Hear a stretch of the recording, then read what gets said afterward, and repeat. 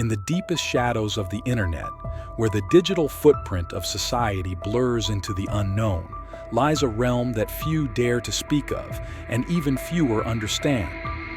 Welcome to the dark web, a place shrouded in secrecy and the subject of our darkest digital nightmares. Among the myriad myths that surround this hidden part of the internet, one legend stands out for its sheer horror and mystery: the Red Rooms, rumored sites where unspeakable acts are streamed live for the eyes of the paying elite. But what is the truth behind these tales of digital dread? Are Red Rooms real, or are they just a modern digital myth woven by the web of our collective fears? Today, we delve deep into the abyss of the internet's most controversial legend. We'll separate fact from fiction, exploring what the dark web really is, why these stories captivate us, and just how much of what we hear is based on reality. At the beginning of our journey, let's answer these two questions. What is dark web, and what is it used for? Dark web is a part of internet that is not accessible through regular search engines such as Google, Bing, or Yahoo. The dark web is intentionally hidden and accessible only through special software that anonymizes user activity. Well, how do people like you and me can access the dark web? The most common way to access the dark web is through the Tor network. Tor, the onion router, is an open-source software that routes a user's web traffic through a global network of volunteer-run servers.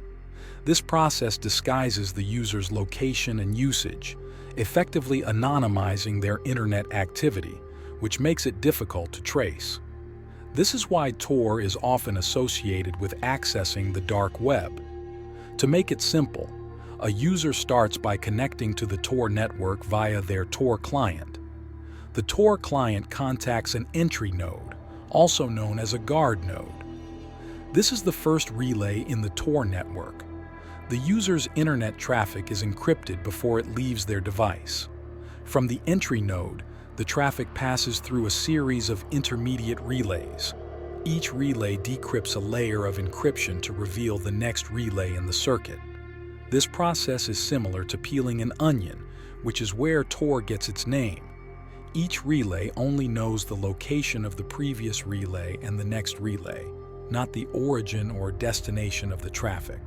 Eventually, the traffic reaches the exit node, the last relay in the Tor circuit. Here, the final layer of encryption is removed and the traffic is sent to its destination on the regular internet. The exit node appears as the source of the traffic to the destination website. Responses from the destination website follow the reverse path back through the same circuit in the Tor network to the user, ensuring that the response is also anonymized. Red Rooms are purported to be live streaming websites on the dark web where viewers can watch and possibly participate in acts of torture or murder.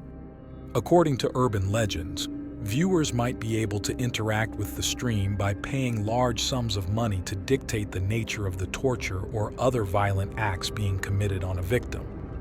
The term Red Room likely comes from the Red Room in the film Twin Peaks: Fire Walk with Me, which was notably filled with horror and psychological thriller elements.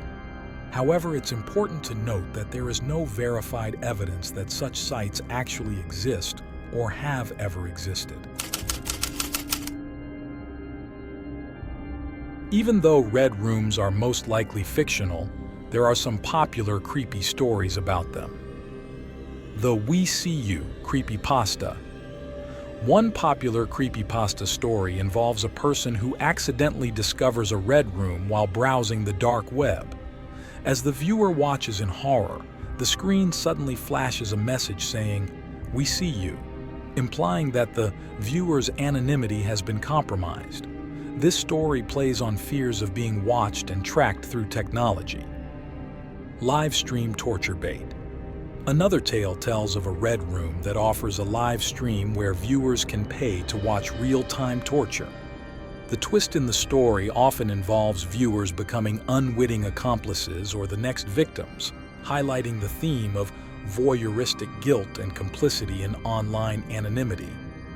The Hacker and the Red Room Invitation.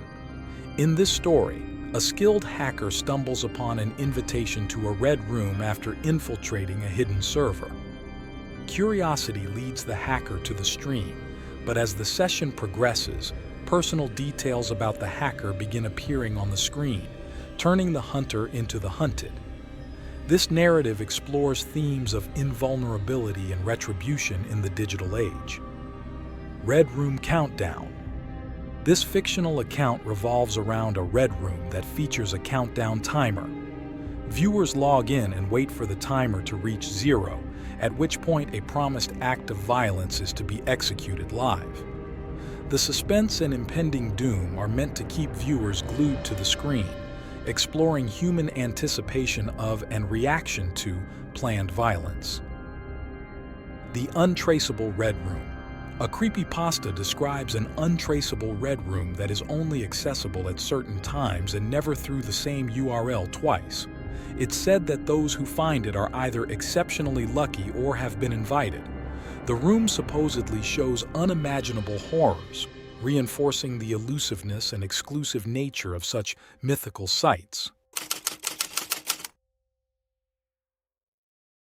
I went through a couple of popular and not so popular forums to understand people's opinion about red rooms. However, the truth might seem not as fascinating as creepypastas. One of the comments said, "I don't believe they actually exist, though, like you, I've spoken to people who insist that they do." Another comment said, "Red rooms aren't real. They originated from a Japanese horror movie titled The Red Room, released directly to DVD.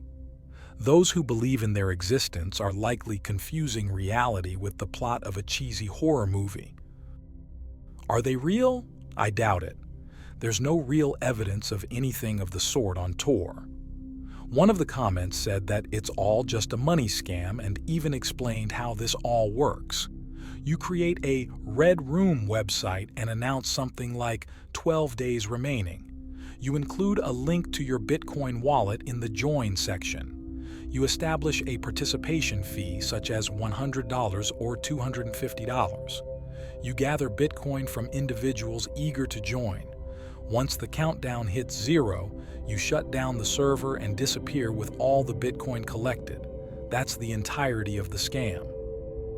Even though these comments seemed real and convincing, I found a couple of people that thought the opposite. They actually do exist. A few years back, I ventured onto the deep dark web using Onion. I encountered links for medications, firearms, and even several offers for assassins, priced around €5,000. While browsing, I stumbled upon a link labeled Red Room. Driven by curiosity, I clicked on it. There were 3 virtual chairs for sale. 2 had already been purchased for €25,000 each. One was still available, alongside an analog clock ticking down. There were about 26 hours left until the event was set to begin. The whole thing made me feel so ill that I immediately shut down my computer. I used to think it was just a myth, but it isn't. They really do exist. It's a disturbing reality. Some of these comments had screenshots of sites thought to be red rooms. However, to me, these appear quite similar, suggesting they are linked to an obvious scam.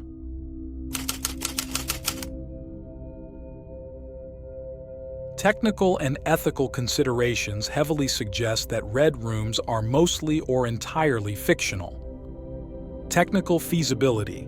Streaming live video anonymously over the Tor network would be technically challenging due to bandwidth constraints and latency issues. Law enforcement. The existence of such sites would attract significant attention from international law enforcement agencies, leading to swift action due to the severity of the crimes involved.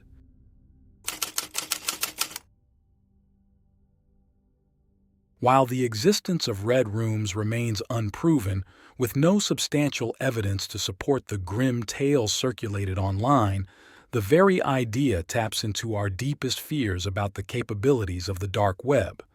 It serves as a chilling reminder of the darker side of human curiosity and the potential for technology to be used for nefarious purposes. Thank you for joining me on this deep dive into the mysteries of the dark web. Stay curious, stay cautious, and continue to explore with us. Don't forget to like and join the mystery. Farewell.